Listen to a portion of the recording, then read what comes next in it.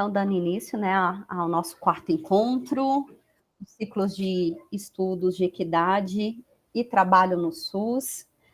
Agora, com a gravação, reforçando, essa é uma iniciativa e uma proposta desenvolvida enquanto ação do Grupo de Aprendizagem Tutorial 2, junto ao projeto e ao programa PET Saúde e Equidade. Para a gente é uma satisfação imensa hoje a mediação desse grupo de estudos e da temática que vai ser trabalhada, vai ser conduzida por mim, a professora Fernanda, da Faculdade de Educação Física e Dança. Atualmente eu estou respondendo pela coordenação do GAT2, e a discente, a Laila Caroline, que é da Faculdade de Ciências Sociais, que muito contribui nesse processo da gente olhar para questões da equidade, das desigualdades, à luz das ciências sociais e das ciências humanas dentro do nosso GAT. Não é à toa que ela está aqui, ela trouxe essa inquietação e a proposta de conduzir junto comigo essa mediação da temática que vai ser trabalhada hoje, que é gênero, cuidado e patriarcado. E ela vai dar início, a primeira parte vai ser com ela. No segundo momento, eu vou dar continuidade, mais discutindo as questões do conceito de cuidado e interface sobre maternidade, e um conceito muito importante para a gente entender a necessidade das políticas de equidade de gênero quando a gente fala na perspectiva da maternidade, da maternagem. Claro que a gente não vai aprofundar isso, esse tema ele é específico, né, a Leonora está aqui representando do GAT5, mas não teria como a gente não perpassar essa questão da discussão de políticas que garantam direito e proteção às mulheres mães, às pessoas que assumem o papel também da maternagem, ou essa perspectiva do materno, então as pessoas que assumem esse lugar, e aí a gente vai fazer algumas interlocuções sobre esses conceitos. O texto referência em si foi uma sugestão que a Laila nos trouxe, através dos estudos que ela vem desenvolvendo junto à formação dela na graduação de Ciências Sociais. Eu coloquei no chat, mas eu vou replicar novamente o texto para vocês aqui, para quem, por acaso, não chegou a acessar, não teve oportunidade de ler, então pode acessar posteriormente, sem problema.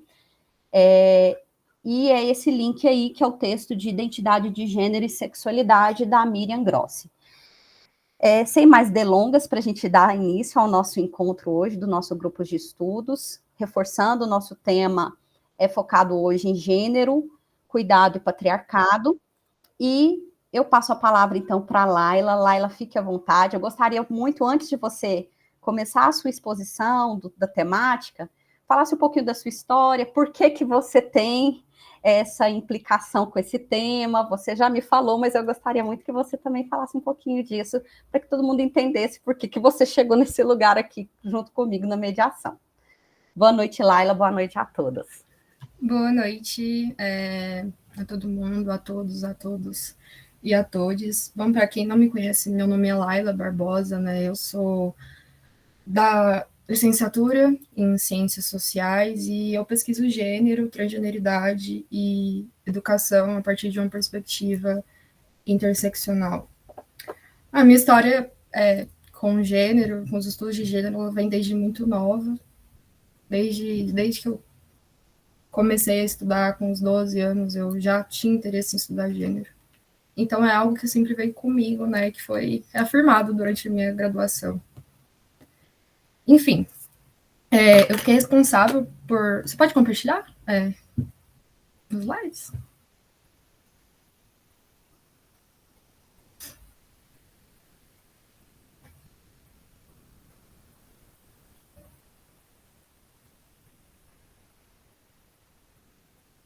Ok, pode passar.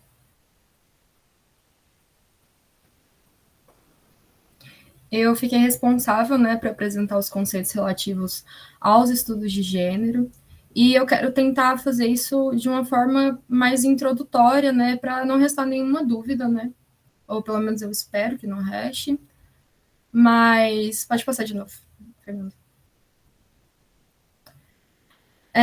A primeira coisa que eu queria que a gente fizesse, né, e eu agradeceria que se fosse de uma forma coletiva, é pensar como um senso comum ele compreende o que é gênero, tá? Eu queria ouvir de vocês, quem tiver disposto a falar, né? Sem preocupação de estarem certos, de estarem errados. Eu quero que vocês busquem o que normalmente se fala sobre gênero. Como é que a sua família, os seus amigos e até vocês mesmo entendem essa categoria. Até porque aqui é um local de aprendizagem, né? Então, a gente está aqui para rever algumas noções que muitas vezes nós mesmos carregamos. Então, alguém se disponha?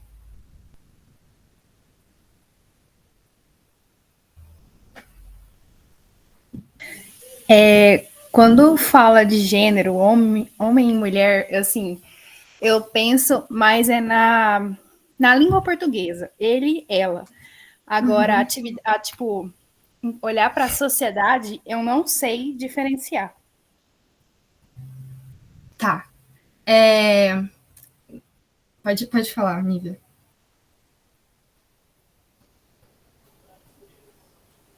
Boa noite. Boa noite. Meu nome é Nívia, Laila. Eu faço parte, né, do GAT2, sou preceptora pela Secretaria Estadual de Saúde. E como você colocou, né, para a gente levar também para o senso comum, o que eu posso te falar em relação ao que eu percebo, ao que eu já vivenciei, é que na comunidade as pessoas elas não, como que eu vou colocar? Elas não sabem definir o que é gênero. Se você perguntar, né, para a população em geral, se você chegar e fizer essa pergunta, muitos não vão saber te responder. Eles não vão saber realmente definir o que seria gênero. Então eu acho que a gente ainda é mais profunda ainda o negócio, né? Mas o que eu vivencio, o que eu já vivenciei enquanto enfermeira, né? Eu sou enfermeira, no trato com a comunidade, né, com os pacientes, é isso, eles não sabem definir. Pode falar. Como é que é o nome? Eu não sei falar o nome dele. Pode chamar de Ivo. Eu sempre chamo ele de Ivo. Tá bom. Todo mundo me conhece por Ivo. Bem, não, tudo bem, pode falar. Isso que a Nívia falou é muito importante, né? As pessoas, na maioria das vezes, elas não sabem elas não têm uma compreensão do que é a representação de gênero. E quando você explica para elas, por vezes, como isso ocorre e o que é a questão do gênero, né? Que o gênero ele é um elemento constitutivo das relações sociais. Né? E, ao mesmo tempo, o gênero também é uma construção social marcada principalmente para relações de poder. Né? As pessoas não compreendem isso. Então, quando a Simone de Beauvoir, por exemplo, coloca, né, que a mulher não nasce mulher, ela torna-se mulher, isso é muito mal compreendido e muito deturpado, principalmente por grupos de ultra-reacionários ou de reacionários mesmo, que buscam deturpar esse tipo de discurso vinculado a uma questão de igualdade de gêneros, assim como deturpam tantos outros discursos, né? Fernanda? Eu até coloquei, né, concordando um pouco com a fala que o Ivo nos traz, inclusive no contexto, né, da nossa sociedade, daqui a pouco eu vou falar um pouco desses retrocessos que a gente vai identificando, inclusive entre os direitos que a gente tem pensando as igualdade, equidade de gênero, essas compreensões polêmicas, inclusive com uma falsa compreensão no que muitas vezes tem sido disseminado no senso comum como ideologia de gênero, que eu acho que muitas vezes as pessoas já ouviram falar mais de ideologia de gênero do que das teorias que envolvem as questões de gênero. Então, um ponto que eu acho importante também destacar nisso que o Ivo nos coloca é que, quanto a esse senso comum, eu me lembro até de uma questão de uma Câmara de Vereadores num município pequeno, não me lembro agora no Brasil, foi num estado até que teve essa repercussão, em que os vereadores votaram para tirar a palavra gênero de uma política que era a política de alimentação e nutrição, porque estava escrito gênero alimentício. Então, nesse senso comum e na falta de entendimento sobre o que é gênero, essa perspectiva acabou sendo deturpada, né? Não tem uma lógica mesmo racional, de reflexão, crítica do que de fato significa o conceito.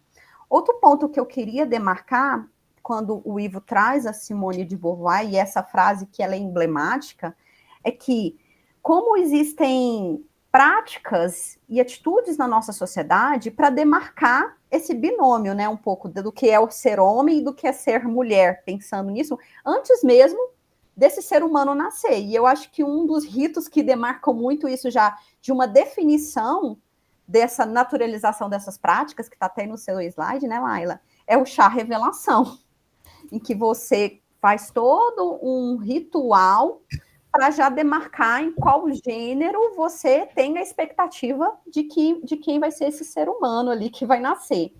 Então, acho que também tem essas questões que ficam na nossa cultura para demarcar esse binômio, essa lógica do que a gente traz, né, na nossa perspectiva do que é ser homem e do que é ser mulher.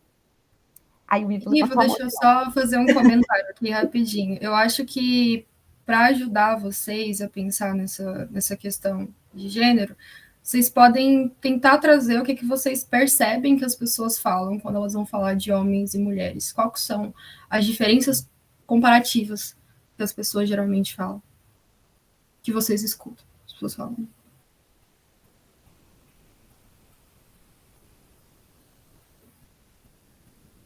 Alguém? As diferenças comparativas, elas são muito para colocar nas categorias, né? E elas são muito voltadas para uma objetificação e não subjetividade do que aquilo realmente representa.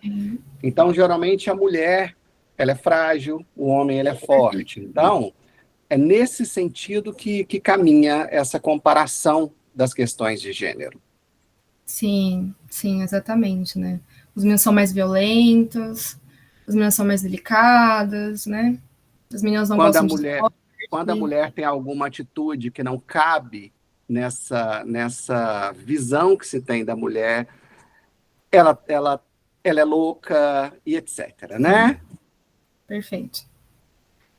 Então, né, como a gente comentou, o senso comum ele tende a limitar, né, essas explicações sobre o gênero a partir de uma noção simplificada que naturaliza comportamentos e práticas sociais como femininas ou masculinas, né? Então, é uma explicação que ela vai partir de uma ideia de gênero como biologicamente dado. Mas essa noção, apesar dela apostar numa espécie de neutralidade, né, ela é bastante artificial e ideológica, né? Aqui a gente vai pensar o gênero como um significado diferente dessa proposta que o senso comum ele traz, né? Por meio de um processo mesmo de desnaturalização e fazendo isso a partir da ajuda da ciência. Ou seja, a gente vai tentar trazer uma posição que não biologize os comportamentos, né? Pode passar. Pode passar, Fernanda. Então, puxando um pouco para a minha área, né, que é as ciências sociais, eu vou pensar com a produção da Miriam Gross, e ela é uma antropóloga, ela é uma professora da UFSC. Ela tem como uma das principais temáticas de estudos dela o gênero, né?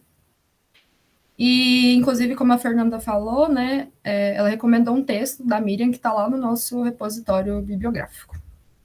Enfim, mas, de qualquer forma, né, eu vou acabar trabalhando com outros autores também na minha fala, principalmente com autores dos estudos queer, né? Até porque a Miriam, ela é uma antropóloga feminista, né? E esse texto que ela escreveu, né, que na verdade foi uma aula que ela ministrou em 96, ela tem suas limitações inerentes à produção da época em si, né? Então, ela vai estar trazendo uma perspectiva focada dentro da cisnormatividade. E, por vezes, no texto, ela acaba sendo até bastante transfóbica, Então, eu acho que é importante a gente sempre fazer uma leitura crítica sobre os autores que a gente está lendo, né? E, particularmente, eu acho que é impossível a gente falar de gênero e não falar de transgeneridade, não falar de racialidade, não falar de sexualidade. E, nesse sentido, eu acho que a gente precisa pensar, né, junto com a produção do feminismo negro, que estava ali começando nos anos 60, e tentar trazer outros marcadores sociais da diferença para ajudar a gente a pensar a categoria gênero de forma interseccional. Até porque não vai existir, nunca existiu, uma forma universal de mulher ou de homem. Então, como os estudos feministas e queers eles têm demonstrado, o gênero ele vai ser uma categoria historicamente, socialmente e culturalmente determinada, né? Isso significa que as diferenças, os diferentes lugares, os diferentes contextos e os diferentes tempos, ele vai influenciar na expressão das identidades subjetivas femininas e masculinas, né? No caso da nossa sociedade ocidental. Então, as formas que as identidades masculinas e femininas elas vão se reafirmar vai depender da época, da cultura e da própria sociedade, né? A gente não reafirma o nosso gênero do mesmo jeito que os nossos avós faziam. E a gente não reafirma o nosso gênero da mesma forma que outras pessoas em outros países reafirmam o gênero, né? Pode passar, Fernando. Então, o que seria o gênero, né? Afinal de contas. Então, o gênero é uma construção social que impõe, né, culturalmente uma prescrição comportamental aos sujeitos de uma mesma sociedade. E o gênero ele vai produzir e vai reproduzir desigualdades para a sustentação de uma assimetria de poder entre homens e mulheres, né? Mas pensando especificamente dentro dos estudos queer, o gênero ele é considerado performativo, né? Isso significa que o gênero ele não é um dado biológico, né? Mas que ele está relacionado com normas que precedem, então elas são anteriores aos sujeitos, né? Elas constrangem e elas excedem o próprio ator social. Então, o gênero ele não pode ser tomado como fabricação da vontade ou escolha dos sujeitos sociais. Ele é necessariamente imposto. Gênero é imposto, né? A partir da compreensão de que o gênero ele não é um dado definido pelo corpo biológico, muitas pessoas passam a questionar, né, os seus gêneros que foi socialmente imposto. E aí é nessa produção de si mesmo, né, que questiona a vinculação, essa vinculação naturalizada entre gênero e corpo biológico, que a gente tem a identidade de gênero. A identidade de gênero é como a gente se reconhece no nosso próprio gênero. O que eu sou? Eu sou uma pessoa trans, eu sou uma pessoa cis, eu sou uma pessoa binária, eu sou uma pessoa não binária, enfim. Aí eu queria trazer uma parte do livro da Judith Butler, que lançou em 2019, né? Essa parte do livro, acho que é o último capítulo, Criticamente Queer, e está dentro do livro Corpos que Importam, né? Então, o ato, né, to perform, é representado como chão comum tanto para a performance quanto para a performatividade. Contudo, para a primeira, a ação mais aparece como consumação. Já para a segunda, o ato mais insurge como repetição retroalimentada por experiências sustentadas no discurso. Em ambos os casos, a inteligibilidade do ato ele opera por replicação singularizada de padrões. Porém, a performance mais diz respeito ao ato em curso e a performatividade ela transcende o ato consumado, dando conta de uma eficiência produzida pela cadeia de significados nela articulados. Alguém tem alguma coisa a dizer? Gente, Butler Atkinson, né? Tive que forçar muito para aprender. Entender o que ela estava falando. Algum comentário?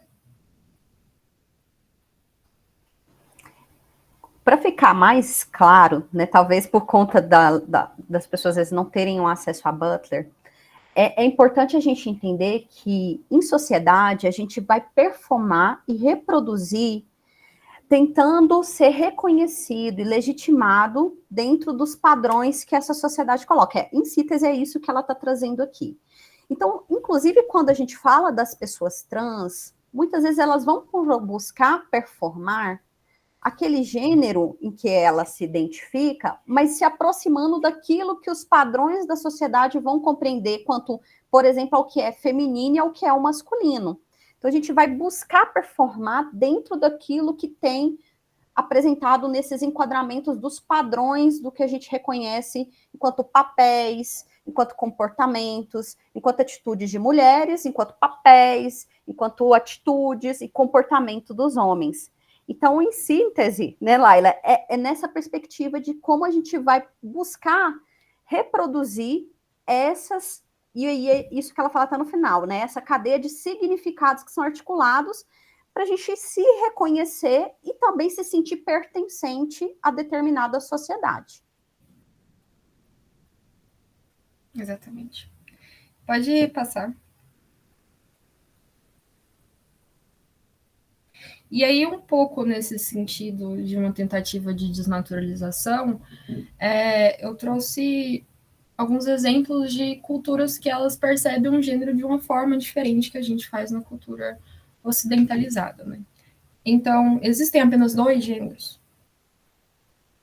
Nas sociedades ocidentalizadas, né, como é o caso da sociedade brasileira, a gente tem um binarismo de gênero, né, que define as identidades a partir da dicotomia feminino-masculino. É isso que é binarismo, gente. Essa dicotomia entre feminino e masculino, tá? Mas se o gênero, como a gente já entendeu, ele é uma categoria fabricada historicamente, culturalmente e socialmente, existem outras experiências culturais onde a categoria de gênero ela não carrega essa premissa binarista, né? Então, são os nomes um pouco difíceis, talvez eu erre, mas enfim. Os muxis de Istmo de Tehuantep. Não, Tehuantep, não sei. Enfim. Essa foto, né, à esquerda, embaixo, são de muxis, né? Eles se localizam no estado mexicano de Oaxaca, né? E lá há 3 gêneros nesse povo: feminino, masculino e os muxis. Os muxis, eles são pessoas nascidas em um corpo que seria considerado no Ocidente como masculino, mas a sua identidade ela é indiferente às categorias de feminilidade e masculinidade. Essas pessoas elas não vão se entender nem como mulheres e nem como homens. Essa terceira classificação de gênero, ela é reconhecida e celebrada desde os tempos pré-hispânicos, tá? A gente tem os Fa'afafine e os Fa'afatama de Samoa, né? Na ilha de Samoa existem 4 gêneros reconhecidos culturalmente. Então, o feminino, o masculino, Fa'afafine e Fa'afatama. Que são indivíduos de gênero fluido, né? E eles se movem entre os mundos masculino e feminino. Eles são totalmente aceitos dentro da cultura samoana e a identidade dele não é questionada, tá? E a gente também tem os Bugis na Indonésia, que vai ser dessa foto de cima, né? O maior grupo étnico do sul da Indonésia são os Bugis. E eles reconhecem não apenas 2 identidades ou 3, mas eles reconhecem 5 identidades de gênero, né? Além do Makunrai, que é o feminino, e Oroane, que é o masculino, eles também têm o gênero Calabai, né, que são pessoas nascidas com um corpo biologicamente dito como masculino, mas que vai assumir papéis de gênero que localmente são convencionalmente femininos. Kalalai, que são pessoas nascidas com um corpo biológico dito como feminino, mas que assumem papéis de gênero que localmente são convencionalmente masculinos, e os Bizu, que é uma identidade que surge da união de todos esses gêneros. Enfim, outras experiências. Pode passar. Para finalizar a minha fala, eu queria recapitular um pouco do que a Fernanda disse no primeiro encontro que a gente teve do grupo de estudos, né? Que a sexualidade, ela tá sim ligada ao gênero, mas que a sexualidade não define o gênero, né? A sexualidade, ela tá ligada ao nosso objeto de desejo sexual e afetivo, mas ela não interfere necessariamente no gênero dos indivíduos. Mas é interessante, né, pensar através de uma perspectiva teórica, e aí eu já estou puxando para Butler de novo, que apesar da sexualidade ela não ser um determinante do gênero, a sexualidade ela acaba sendo regulada pelo policiamento e pela humilhação de gênero. Então, acontece muito da gente ouvir, às vezes, atribuições que pessoas homossexuais elas têm um gênero danificado, né? Fracassado. Então, homens não, né? Perdão. Gays são femininos ou efeminados, ou lésbicas são masculinas ou masculinizadas, né? São gêneros que não deram certo. Enfim, é isso. E aí, agora indo para a segunda parte, mas complementando, e aí a gente já vai falar de saúde, que é a nossa transição agora para a segunda parte, olhando para a saúde, como a própria medicina, né, Laila, durante muito tempo, ela patologizou esses corpos, tanto das pessoas gays, lésbicas, então a gente tinha CID relacionado a isso, e até recentemente havia um CID também relacionado às pessoas trans. Então, havia dentro da classificação internacional de doenças, né, um entendimento de que isso era uma manifestação enquanto de patologia. Então, é importante a gente demarcar e por que a gente se desdobra nessas lógicas de preconceito e de discriminação, porque ao longo da história isso estava institucionalizado e legitimado, considerando que eram corpos, e aí eu vou abrir as aspas, né, anormais ou corpos patologizados. E aí, nesse cenário, né, é para esse caminho agora, trazendo uma aproximação também com as nossas discussões pensando a saúde, né, que eu vou dar continuidade, né, a segunda parte do nosso grupo de estudos hoje. Então, falando um pouco dessa perspectiva da saúde, o que é o cuidado, né? Nós, enquanto profissionais da saúde, quase sempre o cuidado ele vai vir, essa palavra, esse termo, ele vai estar ali o tempo todo sendo referenciado nas nossas condutas e nas nossas práticas profissionais no nosso campo de atuação na saúde.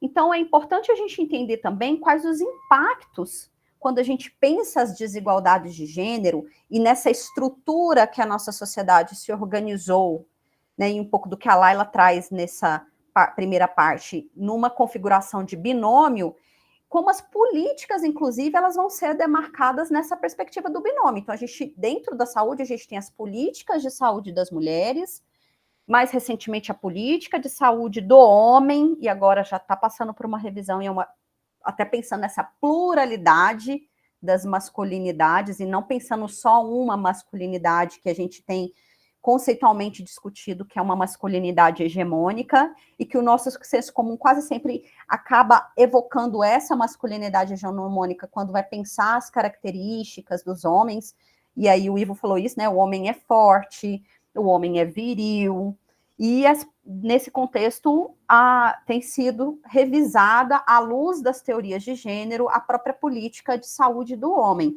Mas percebam, até a institucionalização das nossas políticas, elas vão marcadas nesse binômio. Então, mulheres e homens.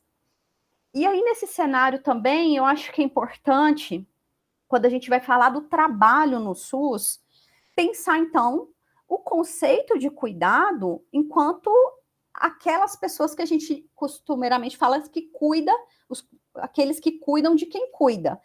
Então, quem são as pessoas que trabalham no SUS e que desenvolvem um trabalho que é um trabalho do cuidado também? Então, nessa perspectiva, eu acho que é importante, nesse momento do grupo de estudos, a gente pensar no âmbito do trabalho no SUS, olhando para essa condição de ser um trabalho do cuidado. Então, e aí, como a Laila falou, não foram colocados esses textos para leitura, até porque senão seria muito denso para a gente estar aqui no grupo, mas vai estar disponível para vocês nos slides também, que a gente vai disponibilizar depois. Eu passo no grupo geral das coordenações para replicar nos outros GATs, né? Tanto o texto da Helena Hirata, que também é uma antropóloga, e que ela desenvolve os estudos dela sobre a divisão sexual do trabalho, e mais recentemente ela tem discutido essa questão da importância da gente pensar uma sociedade do cuidado, para além só do trabalho do cuidado, e aí ela reforça isso enquanto limitação, que a gente ainda não tem políticas públicas pensando na constituição de uma sociedade do cuidado, e aí nesse texto dela eu deixei disponível para vocês o capítulo 1, e também eu coloquei a tese da Vera Iaconelli. Ela tem um livro recente que é o Manifesto Antimaternalista, mas foi a partir dessa tese dela na USP, em que ela vai falar do mal-estar da maternidade, que ela vai também fazer uma discussão um pouco do que a Laila vai falar desses enquadramentos que a gente vai ter social e cultural, de quais são os papéis da mulher, e como o discurso do patriarcado delega e reduz o papel da mulher apenas à condição da reprodução. E o quanto isso pesa quando a gente pensa o papel das mulheres mães, quando a gente não pensa isso enquanto uma responsabilidade coletiva, uma responsabilidade do Estado de constituir políticas de maternagem, por exemplo, e coloca isso como uma atribuição, um dom, uma vocação divina, né, o instinto materno. Então, esse texto da Vera é bem interessante, a tese dela, e que vai desembocar no atual livro dela, que é o Manifesto Antimaternalista. Então, avançando um pouco nessa proposta, quando a gente vai pensar essa interação, interlocução de gênero, a partir do que a Laila já nos apresentou, né, pensando no conceito, e como que isso muda de acordo com o tempo histórico, de acordo com a sociedade, em que momento que você vive, intergeracional, porque ela apontou isso, né? O gênero, ele também tem uma compreensão, um entendimento que ele muda de geração para geração. Então, tem uma mudança intergeracional. E como que isso vai né, ter uma interlocução quando a gente pensa a questão da saúde? O que eu vou trazer, então, de cenário a princípio para vocês? O que os indicadores de saúde têm nos demonstrado quando a gente vai pensar a morbimortalidade, ou seja, o adoecimento, a mortalidade, quando a gente olha para esses marcadores como gênero, raça, cor, classe social, e uma questão importante, a gente não vai ter um momento para estudar a questão da idade enquanto marcador social de diferença, mas a idade hoje também é um elemento importante para a gente entender determinados grupos vulnerabilizados. E com os recortes, por exemplo, as mulheres idosas, as meninas. Então, a gente precisa também pensar como que a idade ela pode estar articulada quando a gente olha para os indicadores de saúde, pensando a morbimortalidade. Então, é importante, a partir dos estudos interseccionais, a gente consegue fazer essas articulações e compreender, né, o perfil epidemiológico, o perfil demográfico que a nossa sociedade se apresenta a partir desses marcadores. Um estudo recente, e eu deixei o link aqui, que foi publicado na The Lancet, né, foi feito falando a seguinte questão: as mulheres vivem mais, a gente já sabe, né, dentro dos dados que a gente tem demográficos, a sobrevida das mulheres sobrepõe 7 anos a dos homens. Só que o que esse estudo publicado na The Lancet vai apontar é que sim, as mulheres vivem mais, só que elas vivem em pior qualidade. E aí a pesquisa, ela utilizou os dados, não sei se vocês conhecem, né, mas a plataforma que a gente tem de monitoramento das doenças, para comparar o número total de anos de vida perdido pelas mulheres decorrente da incapacidade, ou seja, redução das funcionalidades, né, dessas mulheres. E aí elas analisaram, as pesquisadoras, que para as 20 principais causas de doenças em mulheres e homens, observa-se que tem uma pior qualidade de vida as mulheres em relação aos homens. E aí o estudo aponta que as mulheres sofrem mais com dores musculoesqueléticas, ou seja, dor lombar, dor nas articulações, e os distúrbios relacionados à saúde mental, que, por exemplo, depressão, transtornos de ansiedade. Quando elas analisaram a plataforma, né, de doenças globais, observaram que os homens, eles também, claro que eles são acometidos, mas o que são as doenças mais evidenciadas? As doenças cardíacas, a própria Covid-19 e os acidentes estão ali demarcados. Então, acompanhando até o que a gente tem hoje de perfil epidemiológico também. Em tese, o que o estudo conclui? Que essas desigualdades de gênero é que vão desembocar nessa condição de pior qualidade de vida para as mulheres. Então, o estudo evidencia que há uma necessidade urgente da gente ter maior atenção a essas consequências não fatais, ou seja, que não levam ao óbito, mas precarizam a vida das mulheres, limitando tanto a função física quanto mental delas, especialmente nas idades mais avançadas. Então, eu acho que isso já demonstra que, por meio de dados epidemiológicos, a gente consegue observar como que uma construção social, em que a gente vai demarcar comportamentos, papéis e atribuições, vão impactar nas condições de vida e de saúde das mulheres em específico, que é o que esse estudo vai apontar. Aqui, vocês também podem ver, são dados do Anuário Brasileiro de 2022, quando fala da questão do feminicídio. Então, o que a gente pode observar das vítimas de feminicídio? Que a gente tem uma curva ascendente, né, na linha histórica, né, desde 2015, que começa ali. E claro que é importante a gente pensar dentro do que a Laila fala, desses marcadores sociais de diferença e dessas intersecções com raça-cor, por exemplo. Então, o Anuário Brasileiro, né, de Violência de 2022, ele vai mostrar que a diferença racial aponta, né, que as vítimas de feminicídio, em grande parte, são as mulheres negras. E quando a gente vai pensar isso de forma geral, das mortes violentas, também vão estar, né, relacionadas às pessoas negras. Então, para a gente perceber como esse marcador de raça, etnia, ele é importante para a gente entender também as questões de violência. Um ponto que é importante, e quando a gente for falar de cuidado, a gente precisa ter muito claro que o que gera o processo de violência de gênero, né, ou violência baseada no gênero. Muitas vezes por uma lógica de uma hierarquização entre esses gêneros, entre homens e mulheres, em que há a supremacia do masculino, ou a dominação do masculino em relação às mulheres, né, ou feminino, e que leva a essa produção e um aumento da violência, especialmente a violência doméstica. Então, dentro do anuário, ele vai apontar isso, né, que o lugar onde as mulheres vivem, ou seja, suas casas, continuam sendo os lugares mais perigosos para essas mulheres, ou para nós mulheres, pensando nesse cenário. Então, aqui mostra um pouco dessa condição de que os feminicídios, em grande parte, os agressores são ou foram os companheiros, né, são ex-companheiros dessas mulheres. Outro ponto que eu acho que é importante, porque quando a gente pensar gênero, isso vai impactar nesses dados que a gente tem, esses resultados relacionados aos indicadores de saúde, é que, de forma geral, e aí a gente precisa pensar a questão do marcador idade, por isso que eu já demarquei isso logo no começo para vocês, é que ao longo da vida, as mulheres desde a infância, elas vão ser aquelas que vão sofrer maior violência, desde abandono, desde violência física, a violência sexual, que tem sido pauta de discussão, inclusive recente, né, a gente tem acompanhado aí, que é a agenda de notícias mais recentes no contexto da violência sexual contra meninas e adolescentes.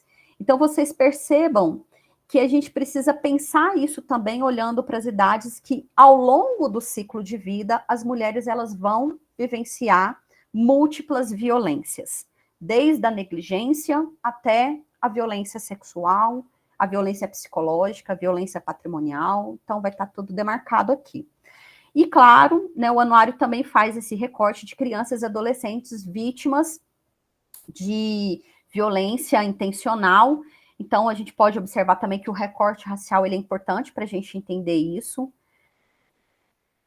E aí, um pouco do que Laila nos trouxe, né? Quando a gente vai pensar nesse binômio, muitas vezes a gente até tem uma maior clareza do que é o movimento feminista, isso já fica um pouco mais, né, perceptível na nossa realidade, no nosso cotidiano.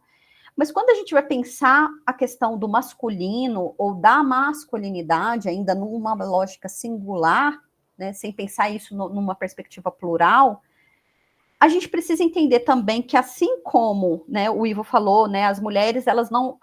uma mulher não nasce mulher, ela se torna mulher.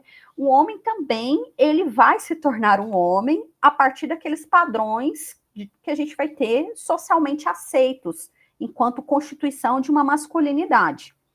Então, a masculinidade, ou as masculinidades, a gente precisa visualizá-las também como uma construção social, que isso vai influenciar na forma de sociabilização, em que vai se constituir os valores e as crenças daquilo que a gente vai entender como ser homem, e aí dentro disso várias crenças são atribuídas para a gente conformar e performar o masculino, inclusive, como a Laila trouxe.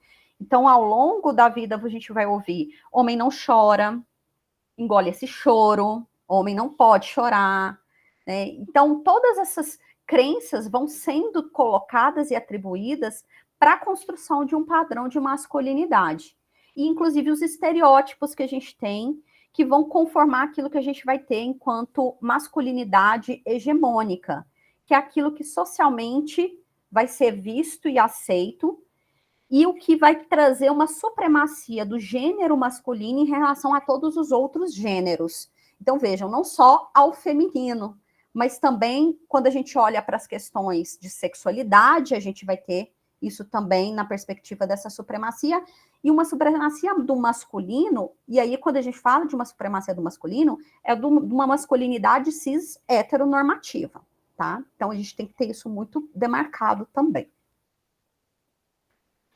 Nesse cenário, né, que a gente teve avanços ao longo da nossa história, por meio da luta das mulheres, né, Laila apontou isso, os movimentos feministas, desde lá das sufragistas, que trouxe essa questão do direito ao voto das mulheres, até a gente conseguir avançar com o direito a ser votada. No Brasil, até pouco tempo, no direito civil, as mulheres eram colocadas como uma propriedade do marido, então a gente não era visto como um sujeito, de fato, com as nossas subjetividades, mas sobre o domínio do masculino. O que a gente observa com o avanço desses direitos? Também um aumento, especialmente agora, né, nas últimas décadas, nas últimas 2 décadas, do que a gente pode avaliar como ofensiva reacionária. E nisso a gente tem demarcado hoje, talvez alguns de vocês já ouviram falar, sim, quem já ouviu pode colocar no chat, só para eu ter uma noção, vocês já ouviram falar, que é o chamado movimento Red Pill. Quem já ouviu falar desse movimento? Pode pôr no chat, eu já ouvi, sim. Ou quem não ouviu falar, nunca ouvi falar, não sei nem o que é. Mas eu queria só para balizar quem já ouviu. O Gabriel falou que sim, então já ouviu falar do movimento Red Pill. Suzane disse que não. A Milena, eu não sei o que é. Ivonélio, sim. A Nívia também falou que não. Então, o movimento Red Pill, gente, é um movimento que tem defendido a manutenção dessa lógica hegemônica e de opressão em relação às mulheres, ou, né, ao que a gente tem como gênero feminino. Então, esse movimento ele tem demarcado um discurso de misoginia, um discurso de ódio contra as mulheres ou as pessoas que performam, né, dentro do gênero feminino, e a manutenção dessas relações de dominação e opressão e submissão das mulheres. Inclusive, estudos já têm apontado esse movimento do Red Pill, né, que ele é uma reação a essas conquistas sociais, pelos movimentos sociais que a gente teve ao longo principalmente na segunda parte do século XX, que envolve os direitos das mulheres, o direito das pessoas negras, da população negra, da própria comunidade LGBTQIA+. Então, é um movimento que ele busca retroceder, né, ser reacionário a esses direitos que a gente tem colocado, né, atualmente para esses grupos, que a gente pode chamar de grupos minorizados, né, ou as minorias, alguns falam, em que o discurso desse movimento Red Pill é que esses grupos, eles têm ameaçado os privilégios dos homens que têm perdido espaço social, de poder, e aí isso o Ivo falou, né, que é uma relação de poder, perdido espaços em lugares de tomada de decisão. Então, esse é um movimento que ele é ascendente e ele tem influenciado uma outra questão que a gente tem visto no Brasil, que é a questão do aumento dos ataques nas escolas. Isso a gente tem acompanhado. E aí, quem tem visto isso nos noticiários, muito advém do movimento Red Pill, esse movimento de ofensiva reacionária, de supressão dos direitos dessas minorias que eu apontei. Pessoas negras, a população negra, as mulheres, as pessoas LGBT. Saiu recentemente um relatório pelo Instituto Sou da Paz, que é esse raio-x. Depois, quando a gente mandar para vocês a apresentação, ele é um link que ele permite vocês acessarem o próprio relatório nessa imagem, que é um raio-x dos 20 anos de ataque às escolas no Brasil.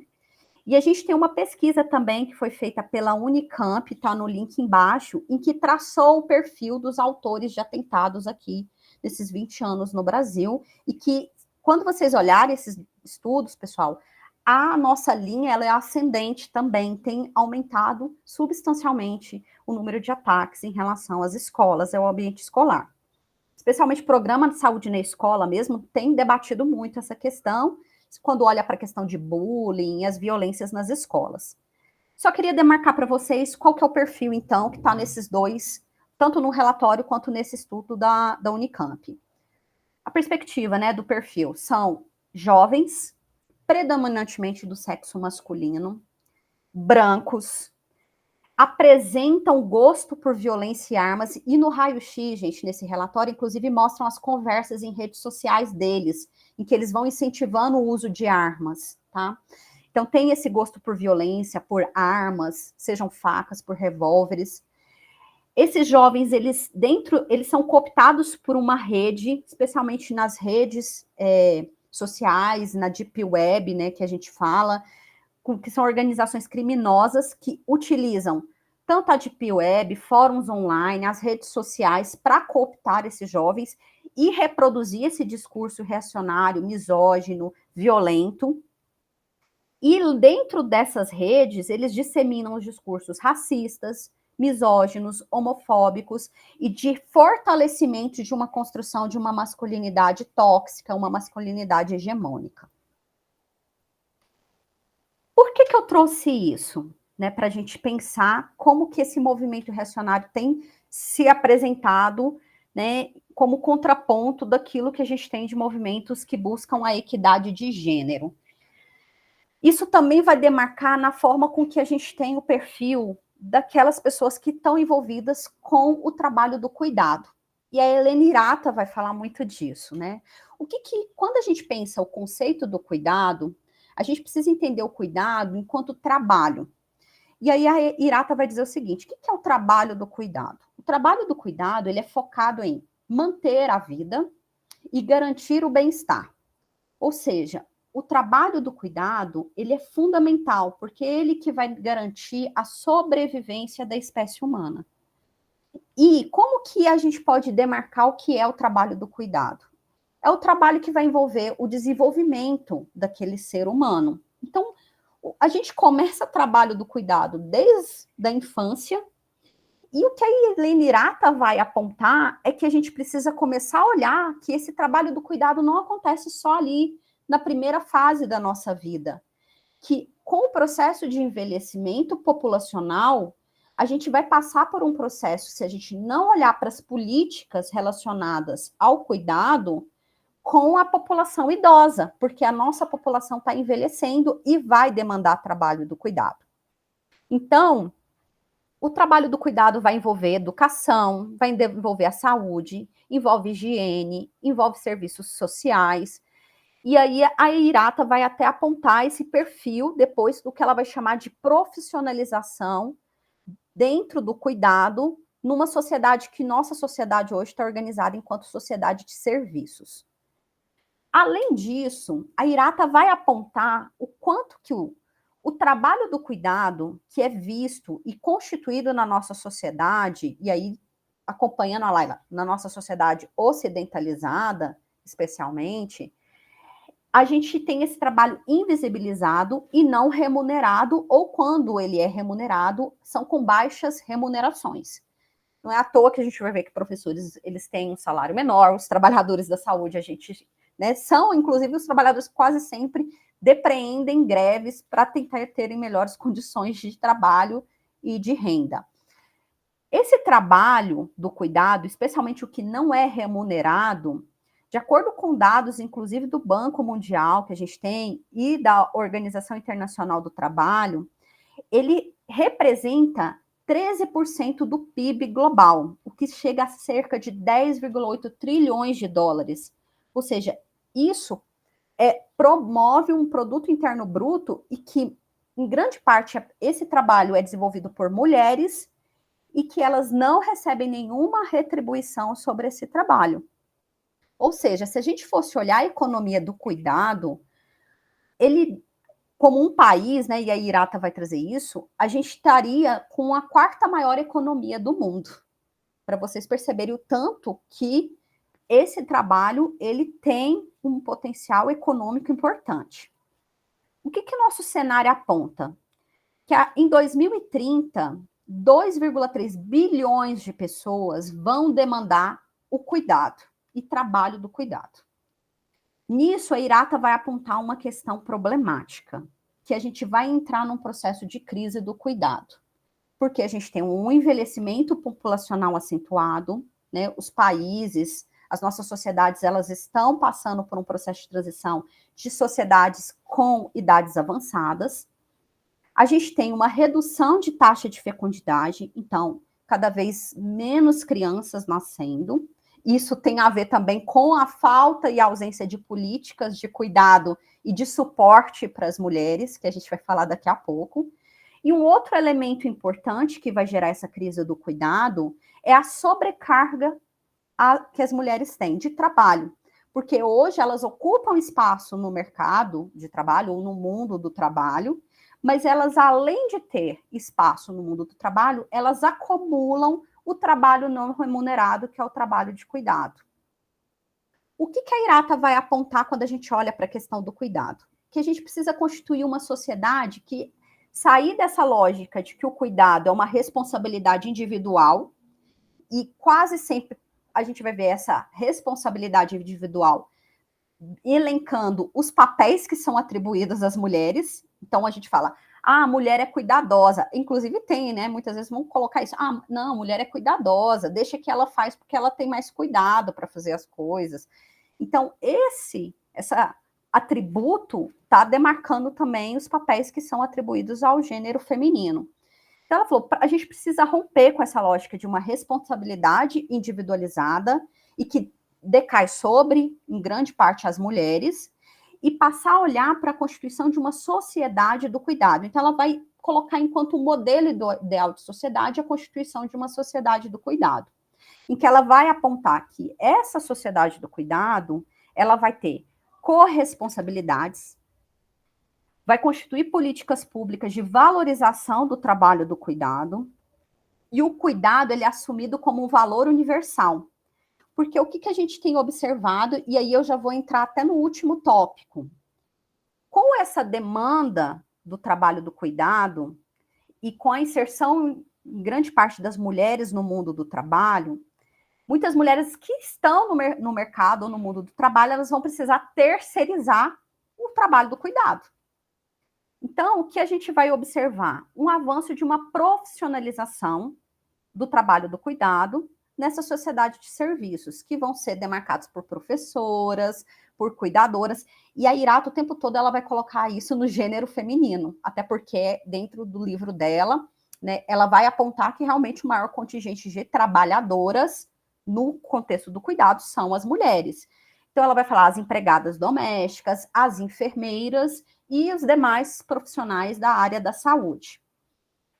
O que é importante a gente pensar? Se a gente fala em profissionalização e sociedade de serviços, a gente vai pensar isso enquanto mercadoria, então não de acesso de todos.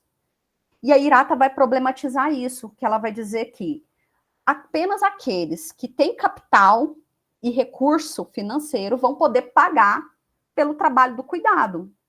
Se a gente muda para uma lógica de uma sociedade do cuidado, que é o que ela vai defender, a gente vai passar a ter o cuidado enquanto um valor universal, enquanto direito de todos. Um pouco até do que a gente tem como o SUS, né? O SUS tem um princípio da universalidade. E o cuidado aqui, na visão da própria Irata, também tem que ser na perspectiva de um princípio de universalidade. Todos com direito ao cuidado. E aí os princípios dentro dessa perspectiva de uma sociedade do cuidado é a gente reconhecer uma interdependência, ou seja, todos nós demandamos cuidado, todos aqui precisam, ou a lógica de se cuidar, ou precisa que outra pessoa cuide de você. E aí um pouco da Butler também, como a Laila falou, né? A Butler, inclusive, vai falar que todas as nossas vidas, a gente tem uma precariedade na nossa vida, ou seja, todos nascemos numa lógica de precariedade, porque a gente precisa do outro para viver, a gente tem uma codependência para com o outro. Então, existe uma precariedade que a gente precisa trazer como princípio compartilhada. E outros valores que ela vai apontar aqui enquanto princípios é que o cuidado, quando a gente olha para ele enquanto trabalho, ele não é só um trabalho técnico. Ele é um trabalho que demanda uma carga afetiva e emocional. Não é à toa que a gente observa na educação e na saúde a questão do esgotamento emocional, que é o que a gente chama de síndrome de burnout. Porque o trabalho do cuidado, ele tem um princípio de uma carga afetiva e emocional que você vai despender para desenvolver esse cuidado. Outro ponto que a gente precisa entender na questão do cuidado é que existe uma vulnerabilidade humana, e é por isso que a gente demanda cuidado, que a gente demanda, né, que outras pessoas possam estar junto no processo de garantir a manutenção da nossa vida. E aí um ponto importante que a Butler, e aí também citando a Butler quando uma Laila, no livro dela Quadros de Guerra, quando a vida ela é passível de luto, ela vai falar, a gente precisa romper com uma ética da violência, porque na lógica de um cuidado, de uma sociedade do cuidado, a gente precisa constituir uma ética de solidariedade, uma ética de não violência. Ok? Tudo bem, gente, por aqui? Conseguiram acompanhar? Isso aqui eu estou sintetizando, porque isso aqui daria umas 3 aulas só para a gente pensar cada um desses conceitos que eu fui trazendo aqui nesse mapa mental. Ainda ancorado na Helene Irata, né, no livro dela de cuidado, teorias e práticas, ela fala assim, inclusive, quando a gente pensa o trabalho do cuidado, a gente precisa olhar a partir das desigualdades. E aí ela reforça que a gente precisa pensar o trabalho do cuidado com o entrelaçamento de gênero, raça e classe social, porque isso é visível entre as trabalhadoras do cuidado, em que existe uma invisibilidade desse trabalho, em que muitas vezes vai ser atribuído na lógica de que isso são ações e atividades do instinto, do dom, da vocação. Quantos de nós já ouviram falar assim, não, a pessoa é professora por vocação, né? Ou a pessoa é cuidadora por vocação. Então, isso acaba diminuindo e visibilizando mais o trabalho do cuidado. Remonta, inclusive, a uma lógica de servidão e de exploração desse trabalho, porque em grande parte são trabalhos que não são remunerados, não são reconhecidos, e isso vai impactar lá na frente, especialmente para as mulheres, que não vão ter acesso à seguridade social, à previdência social, porque elas não foram reconhecidas adequadamente em relação à remuneração desse trabalho que elas desenvolveram, porque ao longo da vida foi entendido que era um trabalho por amor, um trabalho pelo instinto e pelo dom feminino de cuidar. E, lógico, essas desigualdades vão demarcar a opressão e essa sobrecarga mental que a gente vai identificar aquelas pessoas que desempenham o trabalho do cuidado. A Irata, inclusive, vai dizer o seguinte: pesquisas feitas por mulheres acadêmicas não brancas, e ela gosta de demarcar isso, né, nessa condição, inclusive por mim, evidenciaram outra associação importante quando olha para as desigualdades. O trabalho do cuidado também é próprio das minorias étnicas ou raciais, de pessoas outrora colonizadas e de imigrantes não brancas. E essa associação constitui um outro elemento crítico para entender por que esse trabalho também é desvalorizado. Então, por isso que a gente precisa entender a questão dos recortes de gênero, raça, classe social, porque isso vão ser importante para estruturar a própria desvalorização do trabalho do cuidado. E aí eu já vou falando como o cuidado é essa perspectiva de uma constituição de manutenção de uma vida, a maternidade, né, a perspectiva de se tornar mãe, muitas vezes também vai trazer um discurso que a Vera e a Conelli vai dizer que vai conceituar como um discurso do maternalismo. O que é o discurso do maternalismo? É um discurso patriarcal de manutenção dessa opressão e dessa hierarquização entre os gêneros, em que se atribui como e reitera o lugar das mulheres reduzidos apenas à função de mães e de cuidadoras, e aí como um trabalho não remunerado, invisibilizado, e por isso que vem logo depois da nossa discussão sobre cuidado. E o maternalismo, ele vem como uma perspectiva para a manutenção do sistema capitalista que mantém essas desigualdades e essas relações de desigualdade de gênero. Então, ela reforça que o maternalismo ele é um braço para a manutenção da misoginia, do patriarcado e da própria colonialidade, ou do colonialismo, tá? Que a gente viu até, inclusive, com a Melissa, quando ela foi falar de colonialidade do saber, colonialidade do ser. E aí, aqui, essa charge um pouquinho só para provocar vocês, né? Então, a gente tem aqui, trocou uma fralda, o pai do ano. Trocou uma fralda, se a mulher não fez mais que a obrigação. Então, esse é um discurso do maternalismo. O que o discurso maternalista imputa à mulher? Poderes inigualáveis no cuidado com a prole. E aí isso traz também, gente, uma percepção, muitas vezes, de frustração para as mulheres, porque elas são cobradas o tempo todo de serem mães perfeitas, de que elas precisam dar conta de cuidar, de garantir um desenvolvimento pleno daquela criança, sendo que elas precisam de uma rede de suporte e de apoio. Então, o maternalismo, ele vai reforçar esse lugar de opressão dessas mulheres na figura da maternidade, né?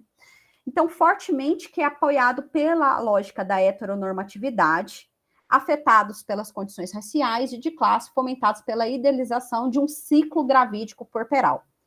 E aí eu vou deixar uma provocação que ela é necessária, que é a própria Vera que faz essa provocação no livro dela, Manifesto Antimaternalista. E eu quero ouvir vocês daqui a pouco, porque eu já estou conduzindo para o final, que é o momento que a gente faz aquele diálogo sobre a temática. Para vocês, e aí pode pôr no chat, ou depois vocês comentarem, abrir o microfone. Tem diferença entre querer ser mãe ou maternar e querer engravidar? Tem diferença isso? E aí eu vou ouvir vocês. Fica a provocação aqui no ar. Tem diferença querer ser mãe e querer engravidar? Ou querer engravidar?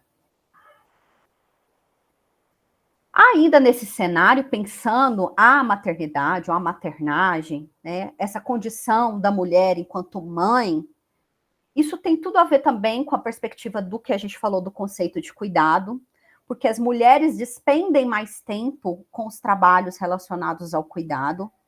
E aí aqui é inclusive de uma ONG, a Think Olga, que ela vai discutir, a Suzane já falou, tem diferença, ótimo. Que a Think Olga é uma ONG que vai trazer essas discussões sobre a equidade de gênero, ela se constitui durante a pandemia, e ela traz relatórios, estudos sobre a questão de equidade de gênero e as desigualdades quando a gente pensa o trabalho do cuidado.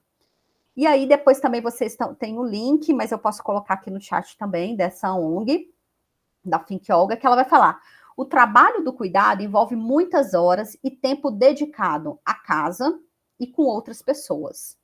Dar banho, fazer comida, faxinar a casa, comprar alimento, cuidar das roupas, prevenir doenças.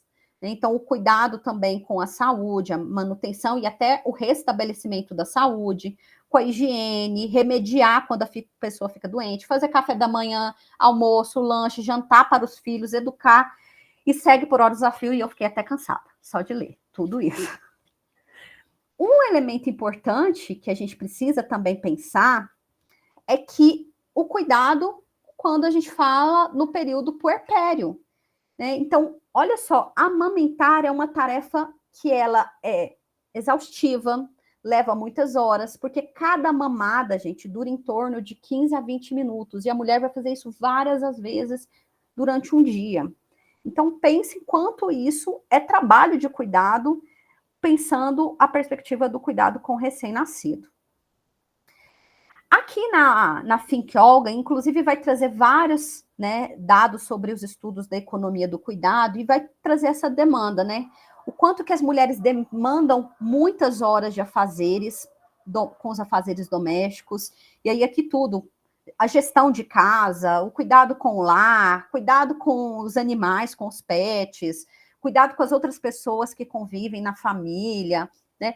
Cuidado com os idosos, cuidado com as crianças. Então, o quanto que isso despende muitas horas da vida da mulher. Aqui é um pouco daquilo que eu falei para vocês também, a própria ONG, o site da ONG aponta, a partir dos dados do IBGE, olha como o trabalho do cuidado, gente, participa do PIB, e esse trabalho, ele não tem retorno financeiro para grande parte das mulheres, ou quando tem, é muito desvalorizado, né, essa perspectiva, e o quanto que ele impacta no PIB, né, ou seja, na riqueza de um país. Então, é importante a gente pensar isso, que em grande parte são as mulheres que mantêm um país rico, se a gente for pensar nesse contexto, porque são elas que garantem o trabalho do cuidado, muitas vezes não remunerado. Quando fazem uma comparação, ele vai falar, os homens gastam muito mais horas nos trabalhos que são remunerados. E aí aqui tem um comparativo.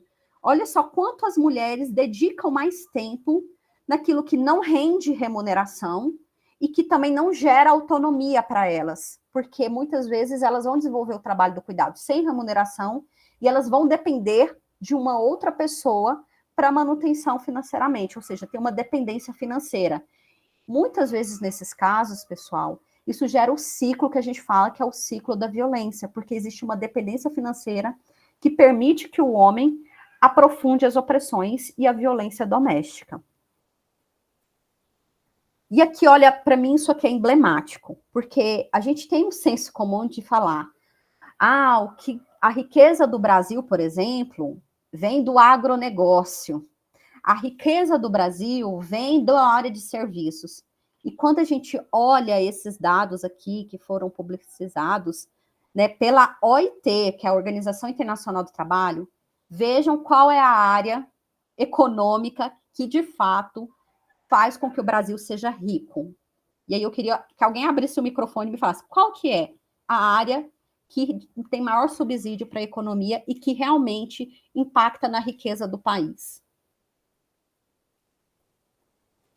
Quem consegue ver aí dentro desse diagrama aí? O que é? É o agronegócio? É o cuidado. Gente, olha lá, é o trabalho reprodutivo, é o trabalho da saúde, é o trabalho doméstico. É isso que gera a maior riqueza do país, de fato. É o trabalho do cuidado não pago, feito por mulheres, que representam uma economia 24 vezes maior do que a do Vale do Silício, que é uma das regiões mais ricas do mundo. Então, para a gente perceber o quanto a questão da desigualdade de gênero, e quando a gente vai olhar para a questão do cuidado, quanto que nós, mulheres, somos exploradas e precarizadas em relação à questão do trabalho. E aí, aqui, para finalizar, né, uma reflexão que o próprio site, né, a ONG Think Olga fala, né, que é uma perspectiva de como a gente precisa avançar nas políticas de direito para as mulheres mães, para as pessoas que assumem o papel da maternagem. E aí é uma frase que foi publicizada até no Intercept Brasil. Porque eu, empresário, tenho que pagar licença maternidade ou paternidade porque você decidiu ter filho e vai ficar fora para cuidar dele. Alguém vai dizer, ora, você emprega pessoas assim? Sim, pois é alguém que cuidou e educou essas pessoas. Todos nós, gente, todos nós dependemos. Se a gente está hoje, cada um com a sua idade, se a gente está vivo nesse momento aqui, é porque a gente teve alguém que despendeu tempo e trabalho para que a gente chegasse aqui com a nossa vida e com a qualidade da vida que cada um aqui tem. Então, a gente precisa ter clareza de que você já está se aproveitando desse trabalho de que alguém desempenhou 25, 30 anos atrás, para que você chegasse nesse momento. Mas o pensamento econômico atual não considera o trabalho do cuidado. Diz que não tem nada a ver com produtividade, como algo que não tem valor, não tem valorização salarial, não tem prestígio, não tem condições de trabalho. Então, é essa a realidade que a gente tem hoje quando a gente pensa o trabalho do cuidado. E aí eu finalizo, mas eu vou terminar, né, com um videozinho que eu vi recentemente. E, claro, antes de eu reproduzir esse videozinho, para tirar um pouco dessa tensão, né, porque pelo menos eu fico muito tensa e indignada vendo essas questões, eu terminei com a Butler também, viu, Laila? Em uma citação dela em que ela vai dizer: nós não nascemos primeiro e em seguida nos tornamos precários. A precariedade é coincidente com o próprio nascimento, o que quer dizer que o fato de uma criança sobreviver ou não é importante e que sua sobrevivência depende do que poderíamos chamar de uma rede social de ajuda. É exatamente porque um ser vivo pode morrer que é necessário cuidar dele para que ele possa viver. E é por isso que eu trouxe a discussão do cuidado, porque nós estamos pensando em equidade de trabalho no SUS, em que grande parte do nosso contingente de trabalhadoras desse sistema de saúde são mulheres.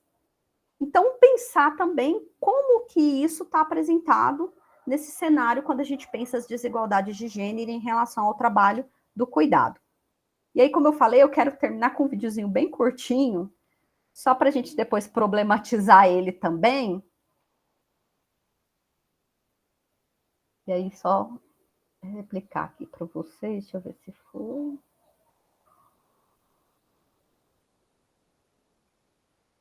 Laila, me fala se vocês estão conseguindo ver o vídeo. Pergunta idiota. Dá pra ver sim. É pra pendurar roupa O áudio molhada? também? O que você acha, meu amor? Dá.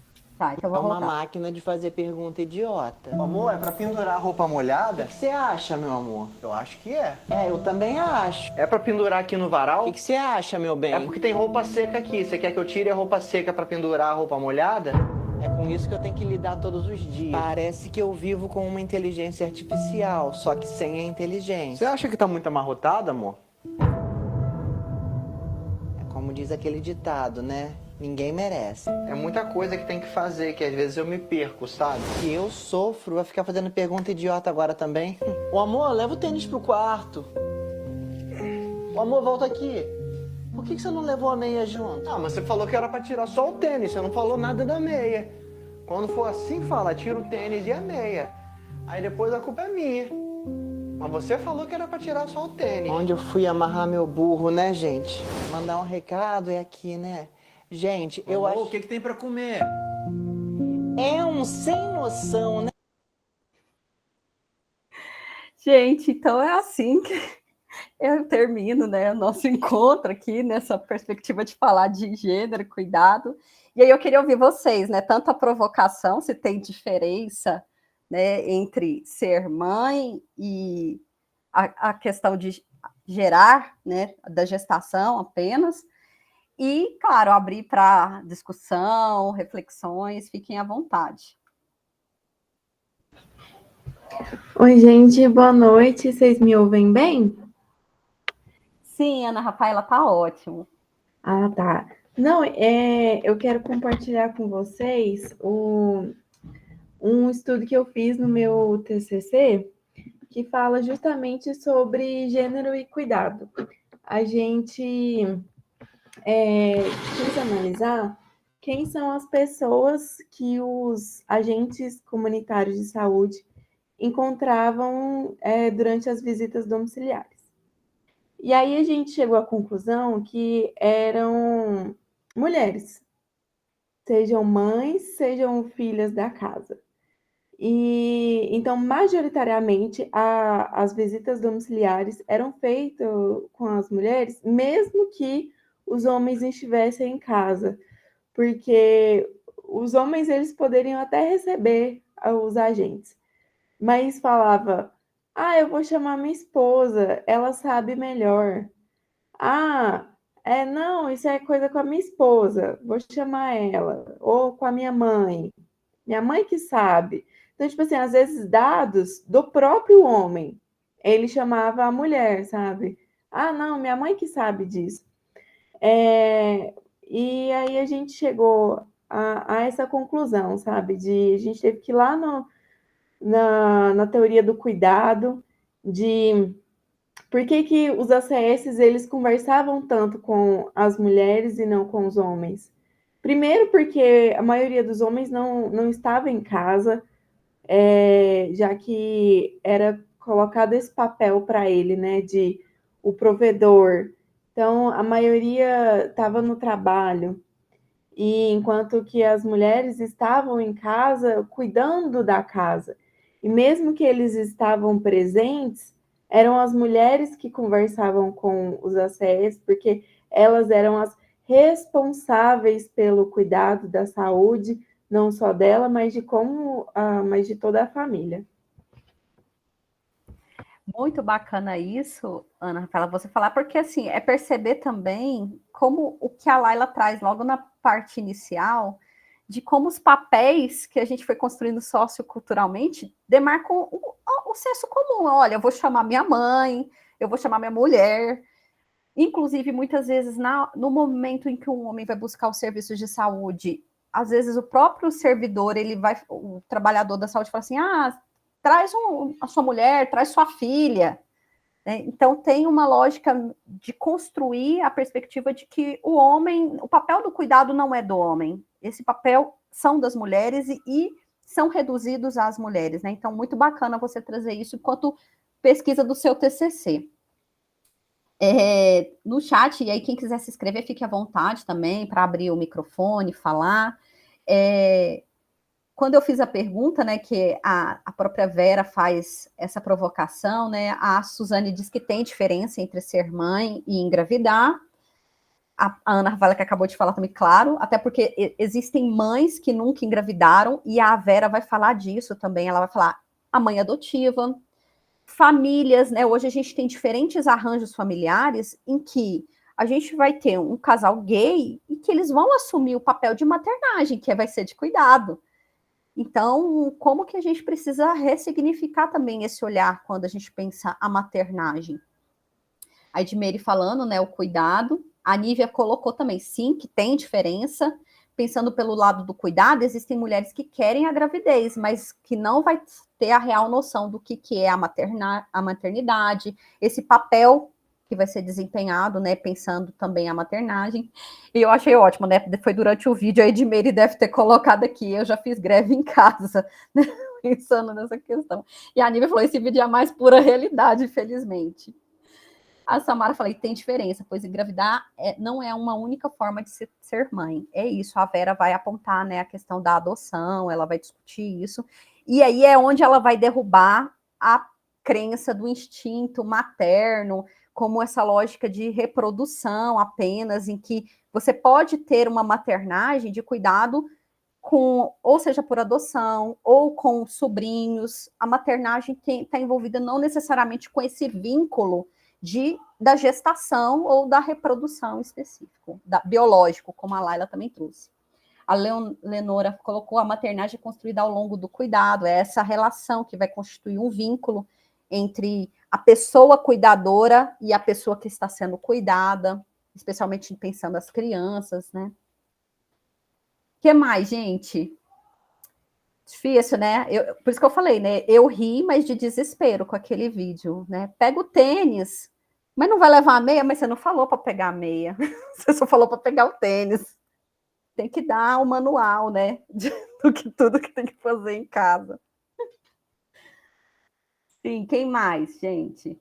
Queria ouvir. Sim, Isabela. Não, é só que esse último comentário aí que você fez e o próprio vídeo me faz pensar que, assim, em relação ao maternar, em relação a ser mãe mesmo de uma criança, seja ela adotada ou parida pela mulher, já é difícil, mas fica ainda mais difícil quando você tem que ser mãe do seu companheiro, né? Então, ao invés de ele atuar como, não, eu contribuo tanto quanto você, 50%, 50%, porque, claro, tem coisas que ele não vai conseguir fazer. Por exemplo, eu, como uma mulher cis, eu que vou ter que amamentar minha criança, se Deus permitir. Mas, como isso não tem como ser repassado para ele, ele pode compensar em outras áreas, né? Então, deveria ser algo compartilhado ao invés de um ajudante. E muitas vezes a mulher não tem nem isso, né? Tem que cuidar dos 2 filhos e de uma criança grande, né? Que é o companheiro. Então, assim, essa incompetência quase que programada do homem deixa a vida dele tão mais fácil, né? E pesa tão mais para a mulher. Então, é isso. E aí é o importante, Isabela, que eu acho que foi até o que a Laila trouxe. Isso foi uma construção social, em que foi se atribuindo um papel como sendo reduzido às mulheres, e que agora a gente precisa desconstruir pensando novas masculinidades. Quem levantou a mão? Eu vi que alguém tinha levantado a mão também. Lenora, pode falar. Enquanto isso, a Samara também postou aqui, né, no chat. Cuida do próprio filho e do filho da sogra. Eu acho que isso que a Isabela falou, né, eu vi, achei muito fantástico, assim, a apresentação de vocês, ficou muito legal, essa construção histórica, e eu acho que, assim, a gente não pode eximir, assim, a gente está falando das políticas, de como tudo isso foi sendo construído, mas nós, mulheres, também temos um papel nisso, né, e eu vejo, assim, quando eu entro muito nos grupos que eu faço de mãe na secretaria, essa coisa, né, de na hora que você educa o seu filho, essa divisão sexista que a gente já faz machista de ensinar, né, o que foi falado aqui, menino não chora, cor, só brinca com carrinho, né, ao passo que se nós temos um poder muito grande nas mãos, e eu tento falar isso muito para as mulheres que são, né, que estão cuidando, no caso a maioria são mulheres, né, até então não peguei ainda nenhuma pessoa de diferente, nesses momentos dos grupos de gestantes que eu já fiz, e eu falo, quem cria, às vezes, é a gente mesmo, porque nós temos esse lado que a gente também precisa desconstruir, porque aprendemos a ser assim e a gente repassa isso para os filhos, né? Então, assim, nós temos que ensinar, não, você vem ajudar a lavar a louça, fazer isso, né? Isso também é papel de menino. E eu falo, mães que têm uma sensibilidade, aí usando esse termo mãe, né? O mais adequado acho que seria pessoas que exercem a maternagem, né? Que é o mais apropriado, elas deveriam ensinar isso, né? Então, eu acho que se a gente planta essa sementinha, nós temos futuros companheiros, né, mais participativos. Então, assim, quando eu entro nos grupos, eu costumo falar muito isso. A gente tem nós mesmos nascemos e crescemos com esse preconceito e depois não queremos sofrer com esse preconceito. Então, nós precisamos começar a desconstrução com os nossos filhos, né, à medida em que eles são criados por nós, né, nesse processo de maternagem muito importante. E também, uma coisa importante que eu queria só salientar, que eu acho que essa era agora que a gente está vivendo, né, depois da pandemia, com essa questão do trabalho remoto, eu acho que o trabalho da mulher ainda ficou pior, porque quando você faz o trabalho home office, ninguém entende que isso é trabalho. Você está lá, você tem que fazer tudo que você faria se você não estivesse lá. Então, acho que isso ainda ficou, assim, uma sobrecarga ainda maior, né, em relação ao papel que nós exercemos, né? Lenora, isso é muito real, e aí eu acho que é pensar também até dos outros encontros, né? A gente tem uma estrutura, a sociedade nossa está estruturada nessa desigualdade, em que a gente acaba reforçando esses papéis de dominação, de opressão. Então, é um papel de vigilância, primeiro de letramento, de entender o que é o cuidado, o que é trabalho do cuidado, o que é essa diferença que a gente trouxe, né? especialmente na nossa sociedade, que vai ter um binômio, né, uma dicotomia entre masculino e feminino, e tá sempre vigilante. Será, né, alguns momentos, será que eu estou reproduzindo essa estrutura de opressão, em que eu estou levando o meu filho para essa lógica de trazer essa dominação, de falar que esse não é o lugar dele, do cuidado, de se preocupar com o outro? Então, é um lugar, não é fácil, porque a gente precisa pensar que isso é estrutural. A nossa sociedade se organizou assim. Então, e a passos, né? A gente vai mudando ao longo da história também. Já mudou. Eu acho que um ponto importante que eu marcaria, inclusive, logo que a Laila traz, é a mudança intergeracional. Então, até meados dos anos 50, 60, a lógica mesmo dessa mulher, da esposa, era de servir esse marido em tudo, colocar a comida do prato, entregar, de colocar o chinelo no pé, né? Então, assim, ele chegou do trabalho, inclusive a gente tirou dos slides, mas tem algumas figurinhas das revistas para mulheres explicando como que ela tinha que se comportar quando o marido chegasse em casa, né? Que ela tinha que trazer a comida, a mesa tinha que estar posta. Então, revistas que a gente fala que eram voltadas para o público feminino e que reforçavam e reproduziam essa lógica de exploração, de opressão. A Lanucci falou, né, que ela concorda plenamente com você, Lenora, né, na sua reflexão. A Milena fala, acho que começa desde cedo, quando os brinquedos de meninas são normalmente cozinhas, panelinhas e bonecas.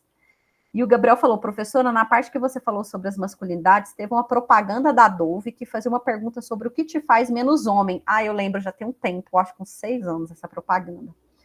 E mostrando que o autocuidado com a higiene pessoal ou aparência não deveria ser visto como algo afeminado, sabe? Que não condiz com o comportamento masculino. Não sei se essa era também a ideia dessa reunião. Sim, né? E a Laila até falou, como que aquilo que é dito como comportamento e atitudes atribuídas às mulheres, quando os homens reproduzem esses comportamentos, muitas vezes eles eram vistos como comportamentos, e aí você usa um termo que ele realmente ele é até um estereótipo, ele denota um preconceito, que é o afeminado, né? Ah, esse homem é afeminado. Então, e quando traz esse termo, ele é um termo diminuindo a própria masculinidade daquele homem, que ele constitui uma masculinidade diferente, que não aquela hegemônica, não dominante. E a Dove, na época, essa propaganda vinha nessa perspectiva mesmo, e foi muito criticada na época, inclusive, porque ela trazia essa perspectiva. Né? Quem mais, gente, antes da gente terminar? Eu queria ouvir o Ivo também, para fechar, Ivo, porque são poucos homens que a gente tem nessa discussão de gênero, e é aquilo, né? A gente precisa entender que muito do que foi discutido aqui atravessam as mulheres, são o nosso lugar de fala, mas a gente precisa convidar os homens para também articular nessa desconstrução. Sim, Ivo. Eu queria mais fazer uma indicação, né, do que um comentário.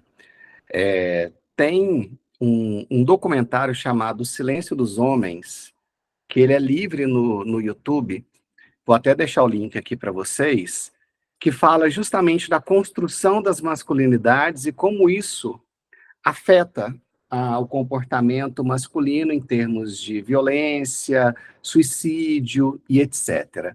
Tá? Então era mais essa indicação. E reforçar aquilo que eu disse, né, que vem das leituras da Butler, que é a questão da construção social dos papéis de gênero, reforçar também, você tocou no ponto de grupos atribuírem a questão dentro das escolas, né, da ideologia de gênero, que é um termo que não existe, isso foi inventado justamente por esses grupos ultra-reacionários, eu não gosto nem de reacionários, né? Eu coloco até como ultra-reacionários, com o objetivo de deturpar efetivamente aquilo que é o gênero, né? As discussões sobre gênero. E, na verdade, esses grupos de direita, que são grupos ultra-reacionários, de extrema-direita, melhor dizendo, eles fazem isso. Eles pegam uma pauta, que é a pauta do antirracismo, né, a questão do gênero e sexualidade, deturpam com o objetivo de colocar isso a favor deles. E conseguem, na maioria das vezes.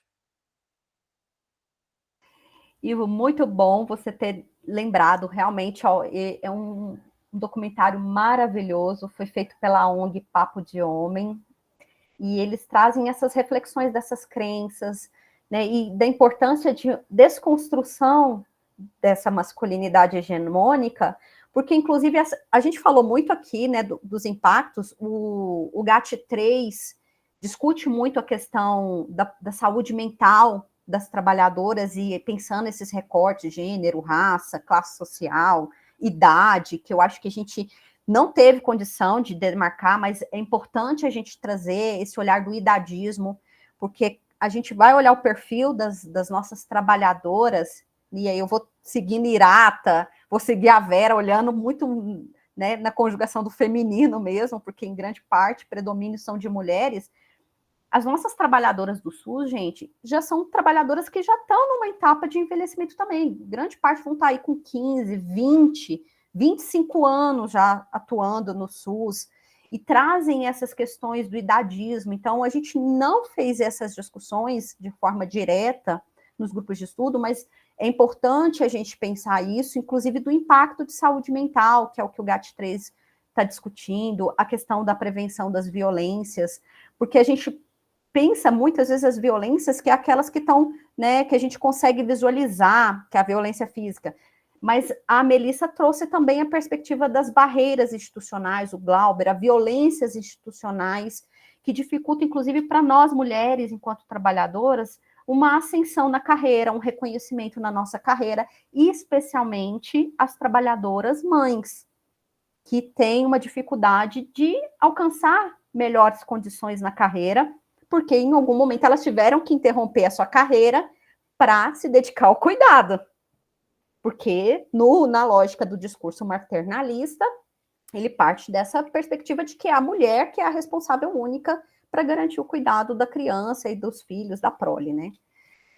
Pessoal, a gente está finalizando. Eu coloquei no chat aí, eu gostaria muito que todos que estão aqui coloquem uma palavra que representa o que está levando do nosso encontro hoje. Né? Quem não preencheu a frequência, não deixem de preencher, porque a gente está fazendo essa formação para depois gerar um certificado. Né? Não é a frequência do PET, precisa ir lá no formulário do PET depois e preencher ele como carga horária do PET, mas a nossa frequência aqui é para a gente condensar a carga horária para constituir um certificado depois para vocês. Então, não deixem de colocar aqui a palavrinha. E alguém mais gostaria de falar algo antes de eu passar para a Laila, para a gente se despedir também desse encontro, né, Laila? Não?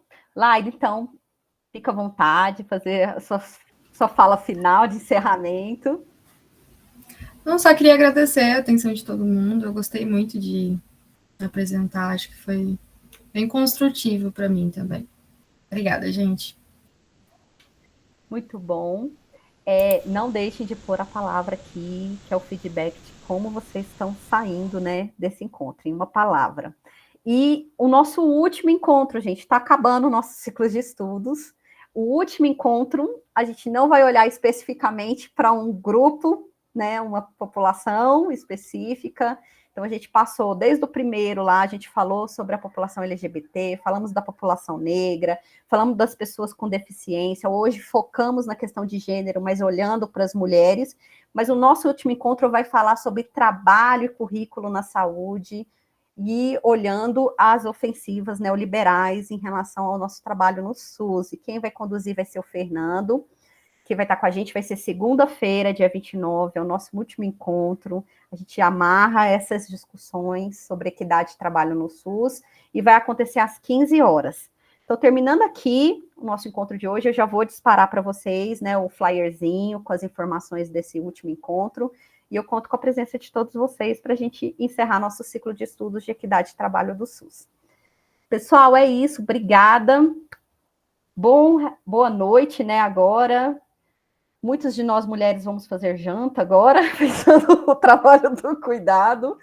Então, seguimos e a gente se vê presencialmente sexta-feira, que é a reunião geral do PET, né, aproveitando que a Ana Lúcia está aqui também, trazendo essa memória. Então, sexta, reunião presencial. Segunda, a gente tem o nosso último encontro. Edmeire, sim. Sobre a nossa reunião na sexta-feira, vai ser o dia todo, né? Isso, vai ser o dia todo.